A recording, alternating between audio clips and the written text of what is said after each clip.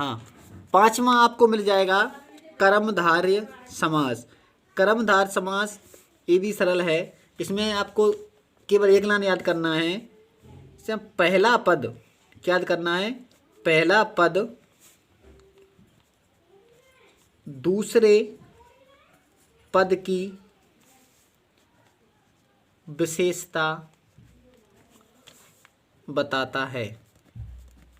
यानी आपको कुछ याद करना, ये एक ही लाइन याद करना है। इसमें पहला पद जो होता है वो दूसरे पद की क्या बताता है? विशेषता बताता है। जैसे हम एग्जाम्पल से समझेंगे।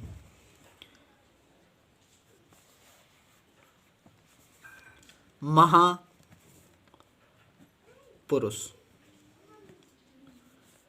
ये पहला पद हो गया। ये हमारा पुरुष दूसरा पद हो गया।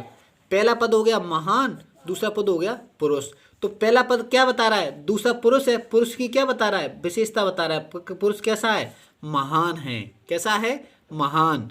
तो यहाँ पुरुष कैसा हो गया? महान हो गया। पहला पद ने दूसरे पद की विशेषता बता दी। दूसरा एग्जाम्पल और लेंगे हम।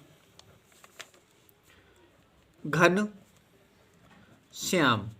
यहाँ देखेंगे पहला पद क्या है? घन। दूसरा पद क्या है? श्याम। अब श्याम कैसे हैं? घन माने होता है बादल। बादल जैसे सांवले हैं। श्याम कैसे हैं? बादल जैसे सांवले हैं। अभी पहले पद ने दूसरे पद की विशेषता बता दी। ठीक है, बहुत सरल है कर्मधारय समास। पहला पद दूसरे पद की विशेषता बताता है। जैसे महापुरुष, पुरुष कैसा है? महान। घनश्याम, श्याम कैसे हैं?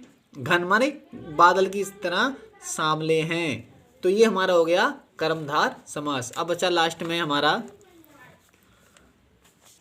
बहुब्रीहि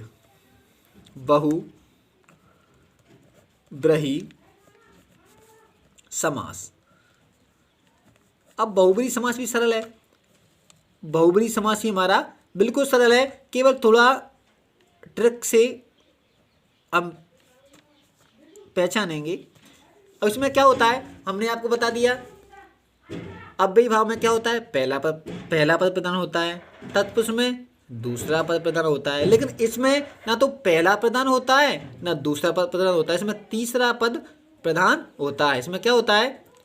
तीसरा पद प्रधान होता है। अभी समझाऊंगा कैसे आपको एग्जाम्पल के द्वारा। लेकिन एक चीज एक ट्रिक और बताऊंगा इसको पहचानने की, वो बहुत सरल ट्रिक है। इसमें आपको हमेशा देवी देवताओं के नाम मिलेंगे। देवी देवताओं के नाम आएंगे।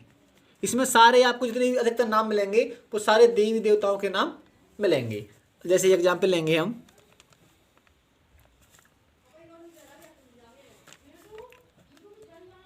चंद्रशेखर।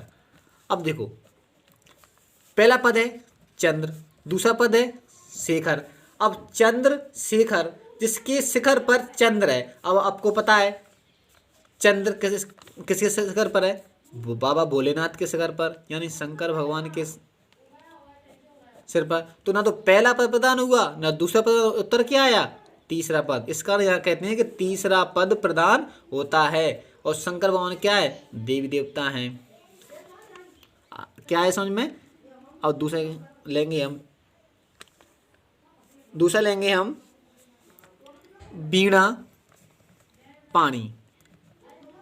पहला पद दिया है वीणा, दूसरा दिया है पानी। अब वीणा यंत्र होता है, वीणा पानी माने धारण करने वाली। तो वीणा पानी, वीणा कौन धारण करती है? सरस्वती। तो ये तीसरा पद हो गया। इसमें तीसरा पद प्रधान। अधिकतर आपको इसमें देवी देवताओं के नाम मिलेंगे। और देखियो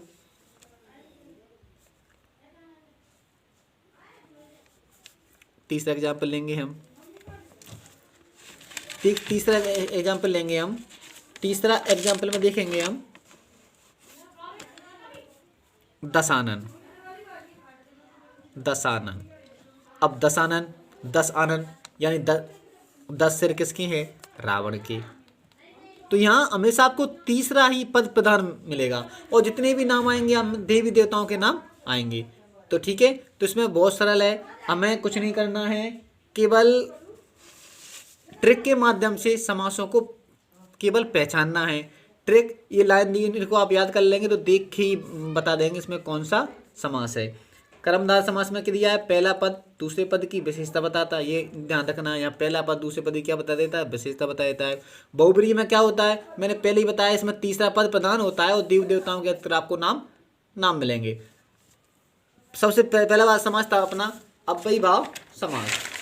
अव्ययी भाव समास में आपने देखा क्या था, बहुत सरल है, एक बार और रिपीट कर देता हूँ। अव्ययी भाव समास में पहला पद प्रधान होता है और पहला पद यथा भर अनु सच नियुक्ति आते हैं, आप देख के ही पहचान लेंगे अव्ययी भाव समास है। फिर आता है दूसरे नंबर पे तत्पुरुष समास में दूसरा पद प्रधान होता है। तीसरा और चौथा तो बहुत ही सरल है। द्विगु समास बहुत ही सरल है, इसमें पहला पद संख्यावाचक होता है, पहले ही बता दिया, दो ही माने संख्या होती है। द्वंद्व समास बहुत ही सरल है, इसमें दोनों पद प्रधान होते हैं, यानी दोनों पद बराबर होते हैं। और संस्कृत में आता है चा और हिंदी में आता है योजक चिन्ह। तो बहुत ही सरल है समास, आपको मेरा पूरा विश्वास है कि आप लोग समझ गए होंगे।